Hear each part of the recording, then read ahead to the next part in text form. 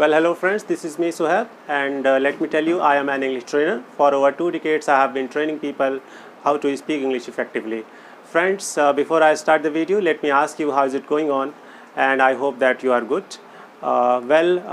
Today I am here with an idea that how a person, can handle different situations and tough situations easily with the help of handy sentences. So today I am going to introduce you handy sentences.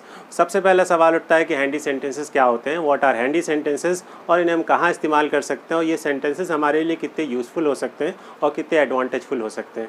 Friends, जो handy sentences होते हैं, handy sentences are cramped sentences through which we can express ourselves quickly and effectively as well.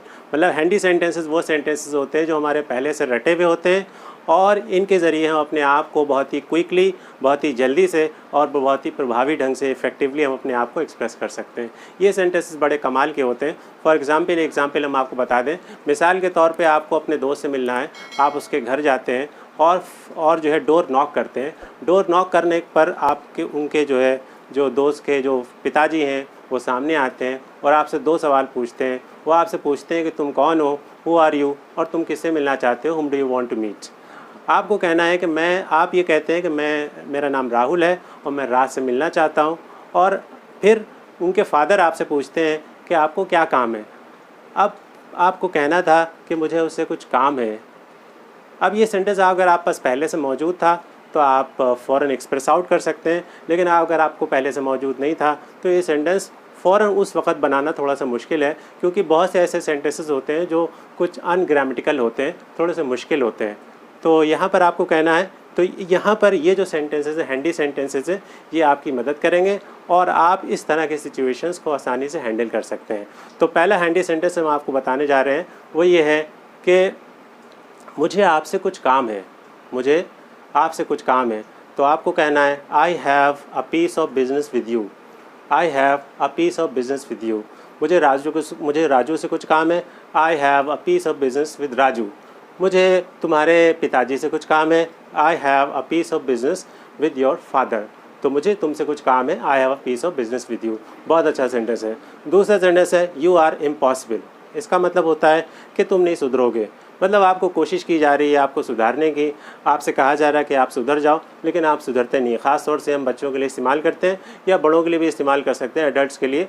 मिसाल के तौर पे एक आदमी है जो कोई आदमी मर जाता है, कोई आदमी एक्सपायर हो जाता है, वहाँ बहुत से लोग जाते हैं, कंडोलेंस है, वहाँ पर जो है मजाक कर रहा है और ऐसी बातें कर रहा है जो वहाँ पर नहीं करना चाहिए. तो आप उससे कहते हैं सुधर जाओ, बी पॉसिबल, या ऐसे भी कह सकते हैं कि तुम नहीं सुधरोगे. तो आपको कहना है यू आर इम्पॉसिबल. तो पहला सेंटेंस हमने आपको बताया कि I have a piece of business with you, मुझे आपसे कुछ काम है. दूसरा सेंटेंस हमने आपको बताया यू आर इम्पॉसिबल, तुम नहीं सुधरोगे. तीसरा सेंटेंस है आपका there is something fishy about it. इसका मतलब होता है ज़रूर दाल में कुछ काला है, मतलब कुछ गड़बड़ है. Something is suspicious. ज़रूर दाल में कुछ काला है. अब चीज़ें महंगाई हो रही हैं, चीज़ें महंगी हो रही हैं, लेकिन कहीं पर कोई चीज़ बहुत सस्ती मिल रही है तो आप क्या कहेंगे, ज़रूर दाल में कुछ काला है. इसका मतलब चीज़ घटिया है, गड़बड़ है. तो there is something fishy about it, इसका मतलब ज़रूर दाल में कुछ काला है. Don't flatter yourself. Don't flatter yourself. Flatter एक वर्ड होता है. फ्लैटर का मतलब होता है चापलूसी करना. खुद से अपने आप की चापलूसी मत करो, यानी खुद से अपने आप की तारीफ़ मत करो. ये काम तो दूसरों का होता है जो आपको देखते हैं. तो डोंट फ्लैटर योर सेल्फ, अपने मुंह में या मिट्ठू ना बनो. इसका मतलब होता है डोंट फ्लैटर योर सेल्फ, अपने मुंह में या मिट्ठू ना बनो. नेक्स्ट सेंटेंस है you have been a rare sight. इसका मतलब होता है तुम तो ईद के चांद हो गए हो, यानी बहुत दिनों से मिल नहीं रहे थे, लॉन्ग टाइम नो सी. बहुत दिनों बाद अपने दोस्त को मिलते हैं, बहुत दिनों बाद आपको अपने कुलीग्स से आप मिलते हैं और कुलीग आपसे ये कहता है कि तुम तो ईद के चांद हो गए. You have been a rare sight. आप कहीं भी इसको इस्तेमाल कर सकते हैं. Your advent is like an oasis in my life. आप आए, बाहर आई, मतलब आप आए, खुशियाँ आई और हैप्पी मोमेंट्स आए, गुड मोमेंट्स आए. Your advent is like an oasis in my life. Next sentence है आपका he is nice to me. वो मुझे अच्छा लगता है. He is nice to me. आप इसे कहीं भी इस्तेमाल कर सकते हैं. He is nice to me, वो मुझे अच्छा लगता है. I am from hand to mouth. मेरा गुजारा बड़ी मुश्किलों से होता है. इसका मतलब I am having money crisis and other problems I am surrounded with, and I am busy working hard from morning to evening. और मैं थोड़ा सा पैसा आता है उसके बाद फिर मैं अपने घर चला आता हूँ. तो इसको कहते हैं I am from hand to mouth. मेरा गुजारा बड़ी मुश्किलों से होता है. आपका नेक्स्ट और लास्ट सेंटेंस है you are next to my brother, तुम मेरे भाई जैसे हो, तुम मेरे भाई जैसे हो।